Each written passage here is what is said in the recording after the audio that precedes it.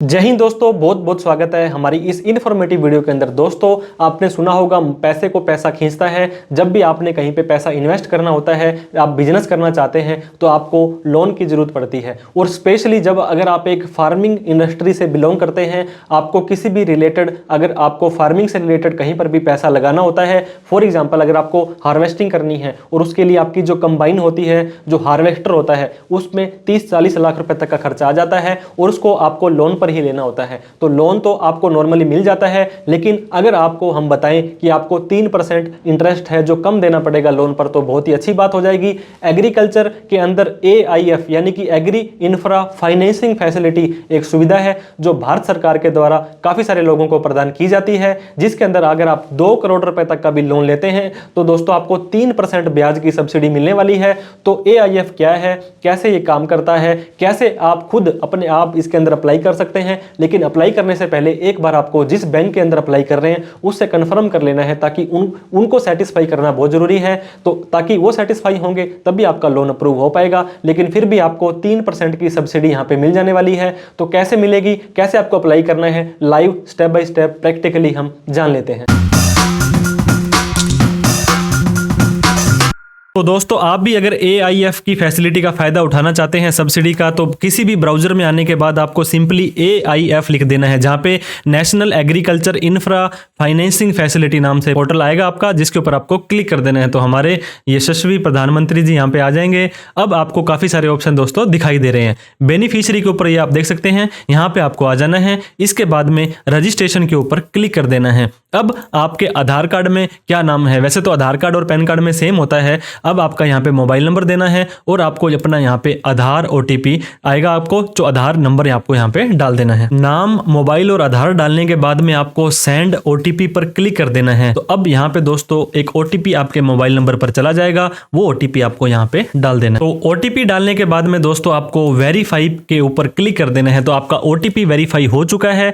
अब आपको beneficiary type के ऊपर सेलेक्ट करना है।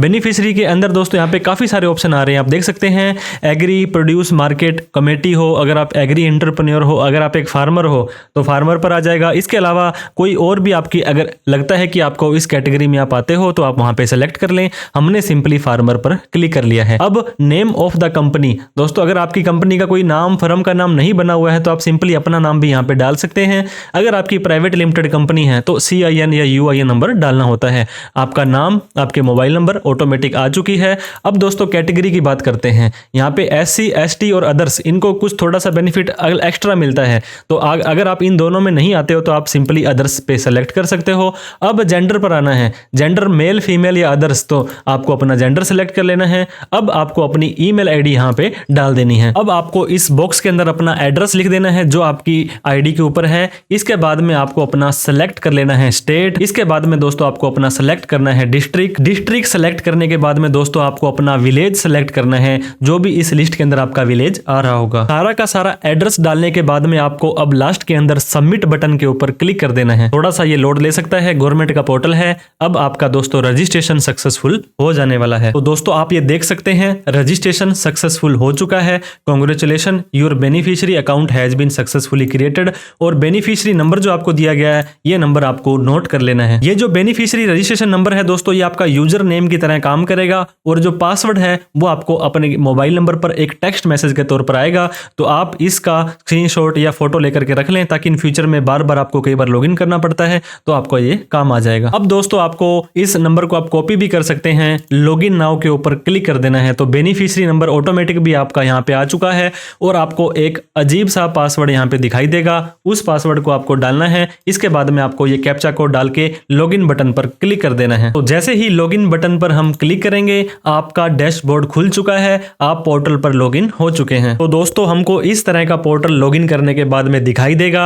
लेफ्ट साइड के अंदर यहाँ पे आपको डैशबोर्ड के नीचे लोन एप्लीकेशन दिखाई दे रहा है, जिसके ऊपर आपको क्लिक कर देना है। लोन एप्लीकेशन में क्लिक करने के बाद आपको राइट साइड में यहाँ पे अप्लाई लोन का ऑप्शन आएगा। तो अप्लाई लोन के ऊपर आपको क्लिक करके नीचे 3 ऑप्शन आ रहे हैं, AIF, NHB और AMI। तो आपको अंडर AIF पर क्लिक कर देना है। अब यहाँ पे आपकी बेनिफिशियरी आईडी ऑटोमेटिक आ चुकी है। आपने जिस कैटेगरी के अंदर अपने आप को रजिस्टर किया था, आपका नाम और आपका मोबाइल नंबर आ चुका है। अब नीचे हम थोड़ा सा आ जाएंगे, यहाँ पर प्रोजेक्ट टाइप पूछा जा रहा है कि किस तरह का प्रोजेक्ट आप यहाँ पे करने वाले हैं। अब यहाँ पर दोस्तों एरोपोनिक फार्मिंग है या जिस तरह का भी आपकी कैटेगरी यहाँ पे आपको एप्लीकेबल हो रही है तो वहां पे आप सेलेक्ट कर लें। अगर किसी के अंदर भी आपकी यहाँ पे एप्लीकेबल नहीं हो रही है तो आपको क्या करना है, सिंपली अदर्स पर क्लिक कर देना है। अब अदर्स पे क्लिक करेंगे तो यहाँ पे उस अदर प्रोजेक्ट का आपको नाम भी डाल देना है। तो दोस्तों हमारा कोई एग्रीकल्चर की मशीनरी थी या उस तरह का कोई इंप्लीमेंटेशन था, कोई उसका औजार था, तो हम यहाँ पे प्रोजेक्ट रिपोर्ट कि कितना खर्चा हमारा लगने वाला है,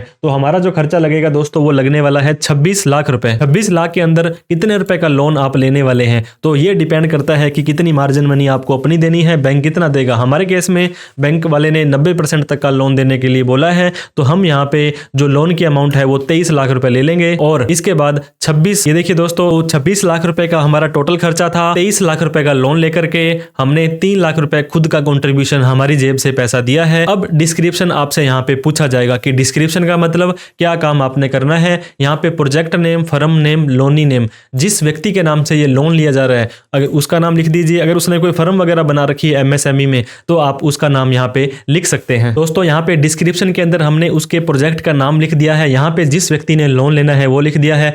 एनुअल रेवेन्यू, आप जिस पहले साल की यहाँ पे आपकी जो सेल है, टर्नओवर है, लिख सकते हैं, लेकिन ये कंपलसरी नहीं है तो ना लिखेंगे तो भी काम चल जाएगा।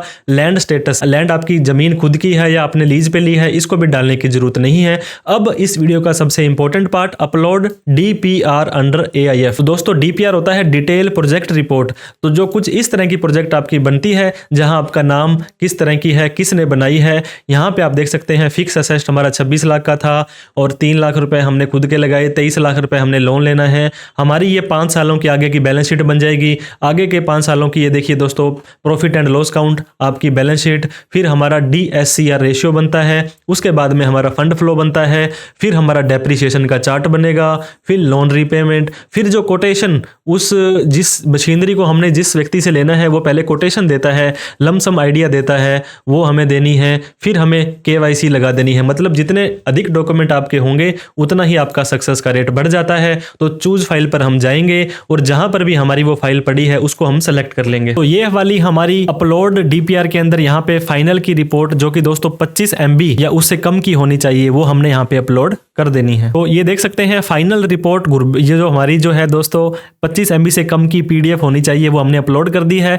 अब हमें यहाँ पे प्रोजेक्ट का एड्रेस डालना है। अगर आपने MSME बना रखा है तो वो एड्रेस, नहीं तो आप अपने आधार का एड्रेस या जहां पर भी आप अपना बिजनेस करना चाहते हैं वो एड्रेस आपको डाल देना है। इसके बाद में आपको अपनी स्टेट सेलेक्ट कर लेनी है। स्टेट सेलेक्ट करने के बाद में आपको अपना डिस्ट्रिक्ट, आपको अपना विलेज सेलेक्ट करना है, फिर आपको अपने विलेज का नाम डालना है। विलेज का नाम डालने के बाद आपको यहाँ पे अपना पिन कोड डाल देना है। तो दोस्तों एड्रेस डालने के बाद में आपको यहाँ पे लैंडिंग इंस्टीट्यूट, ये आपको पता होना चाहिए कि किस बैंक से आप लोन लेने वाले हैं। हमारे केस में हम पंजाब नेशनल बैंक से अगर लोन लेने वाले हैं तो आपको यहाँ पे उस बैंक का नाम सेलेक्ट कर लेना है। आपका जो भी बैंक है एक बार आप उस बैंक से जरूर बात कर लें ताकि आपको इन फ्यूचर में दिक्कत ना आए। उस बैंक की जो ब्रांच है कौन से स्टेट में है वो स्टेट आपको यहाँ पे सेलेक्ट कर लेना है। कौन से जिले के अंदर आपकी ब्रांच है वो सेलेक्ट कर लेंगे। उस जिले के अंदर जितनी भी ब्रांचेज होंगी दोस्तों वो सारी की सारी लिस्ट आ जाएगी। जो भी आपके ऊपर एप्लीकेबल होता है उस ब्रांच को सेलेक्ट कर लें, क्योंकि आपका फिर जो फाइल है, आपका केस है, उसी ब्रांच के अंदर जाएगा और वहीं से ही सेंक्शन होगा। इसको थोड़ा सा आपको सावधानी से करना है। इसके बाद में टर्म आपका जो है कितने साल का लोन आपने करवाना है। यूजुअली 5 साल का होता है, 6 साल, 7 साल, जैसे आपकी और बैंक वालों की अंडरस्टैंडिंग होती है उसके हिसाब से आपको ये सेलेक्ट कर लेना है। महीने हैं तो आप महीने भी सेलेक्ट कर सकते हैं। इसके बाद में आप दोस्तों सेव एज ड्राफ्ट कर लें तो टाइम के बाद आपका ये डाटा सेव होता रहेगा। आप डायरेक्ट सबमिट बटन पर भी क्लिक कर सकते हैं जिससे कि आपकी फाइल डायरेक्ट सबमिट भी हो जाने वाली है। तो जैसे ही हम इसको सेव ड्राफ्ट करेंगे, loan application saved as draft, इस तरह का ऑप्शन आ जाएगा। हम फिर से लास्ट में आने के बाद में यहाँ पे अब हमें सबमिट बटन के ऊपर क्लिक कर देना है। तो जैसे ही हम सबमिट बटन के ऊपर क्लिक करेंगे थोड़ा सा लोड ये ले सकता है। गवर्नमेंट ऑफ इंडिया, भारत सरकार की ये वेबसाइट है। इसमें आप देख सकते हैं दोस्तों आपका जो इंटरेस्ट रेट है ऑटोमेटिक यहाँ पे आता है और 3% घटाने के बाद में जो इंटरेस्ट रेट आपको लगने वाला है, इफेक्टिव इंटरेस्ट रेट, वो आपको यहाँ पर आ जाने वाला है। अब आप ये देख सकते हैं लोन एप्लीकेशन यहाँ पे सबमिटेड आ रहा है। इसका क्या मतलब हुआ दोस्तों कि आपकी फाइल तो सबमिट हो चुकी है, किस स्कीम के अंदर है, क्या नाम है, क्या एड्रेस है, क्या लैंडिंग इंस्टीट्यूट है और कितने आपको रेट ऑफ इंटरेस्ट लग रहा है। अब आपको एक काम और करना पड़ेगा। अब आपको यहाँ पे अपलोड साइट फोटोज, इसके ऊपर आपको क्लिक कर देना है। जैसे आप इस पे क्लिक करते हैं, जैसे ही आप नीचे आते हैं, अब आपको यहाँ पे जियो, लॉन्गिट्यूड और लैटिट्यूड ये आपको यहाँ पे डालना पड़ेगा, लिखना पड़ेगा। तो आप क्या कर सकते हैं, गूगल में आने के बाद आपको लैटिट्यूड एंड लॉन्गिट्यूड लिख देना है। जैसे आप लिखेंगे लॉन्गिट्यूड लैटिट्यूड में जाने के बाद जैसे ही आप अपने एरिया का पिन कोड डालने के बाद में फाइंड करते हैं, तो यहाँ पर जो भी वैल्यू आती है दोस्तों सिंपली आप उसको कॉपी कर सकते हैं और आपको जहाँ पे लॉन्गिट्यूड मांगा जा रहा है वहाँ पे लॉन्गिट्यूड लिख देंगे। इसके बाद आपको जहाँ पे लैटिट्यूड मांगा जा रहा है वहाँ पे आप लैटिट्यूड कॉपी पेस्ट कर देंगे। लॉन्गिट्यूड लैटिट्यूड डालने के बाद आपको रिमार्क में फिर से अपने खुद का नाम, अपनी ऑर्गेनाइजेशन का नाम या कौन से प्रोजेक्ट का लोन ले रहे हैं वो यहाँ पे लिख सकते हैं। फिर आपको फोटो किस तारीख को ली है, जिस दिन आप अपनी अप्लाई कर रहे हैं उसी दिन ही आप यहाँ पे अपनी फोटो ले सकते हैं। अब अपलोड फोटो पे जैसे आप क्लिक करेंगे तो दोस्तों JPEG फॉर्मेट होगा आपका, वो एक्सेप्ट किया जाएगा और यहाँ पर आपको कौन सी फोटोज देनी है। अगर आपने नया काम किया है तो आपको यहाँ पे अपने किस चीज़ की, आप अपने KYC वगैरह की फोटो दे सकते हैं। अदरवाइज आपका पहले कोई काम चल रहा है तो आप अपनी कंबाइन की या किसी भी तरह की मशीनरी की, एग्रीकल्चर लैंड की फोटो आप यहाँ पे सेलेक्ट कर सकते हैं। तो अब यहाँ पे दोस्तों आपको फोटो सेलेक्ट कर लेनी है। ये सेलेक्ट करने के बाद में फिर से आपको सबमिट बटन के ऊपर क्लिक कर देना है। अब ये बोलता है loan application geo tag photo uploaded successfully हो चुकी है। अब आप क्या कर सकते हैं, वैसे तो आपको बैंक की तरफ से ऑटोमेटिक फोन आ जाएगा, क्योंकि कुछ ही टाइम में, सेम डे में ही आपकी ये प्रोफाइल है जो बैंक के पास पहुंच जाती है। नहीं भी पहुंचती तो इस एप्लीकेशन का स्टेटस आप इसकी फोटो खींच करके आप बैंक में विजिट कर सकते हैं। यहाँ पर इस PDF को डाउनलोड करके बैंक वालों से विजिट कर सकते हैं। फिर जब भी आपका लोन होगा तो दोस्तों 3% की सब्सिडी आपको मिल जाने वाली है। तो वीडियो अगर आपको अच्छी लगी हो तो प्लीज़ लाइक करें और भी इस तरह की इन्फॉर्मेटिव के लिए आप हमें शेयर, सब्सक्राइब और फॉलो जरूर करें। ये आपकी जो प्रोजेक्ट रिपोर्ट है DPR, उससे रिलेटेड कोई भी आपको डाउट, क्वेरी, क्वेश्चन हो, आपको हेल्प चाहिए हो तो आप हमें कमेंट करके पूछ सकते हैं। Thank you so much for watching this video. जय हिंद, जय भारत।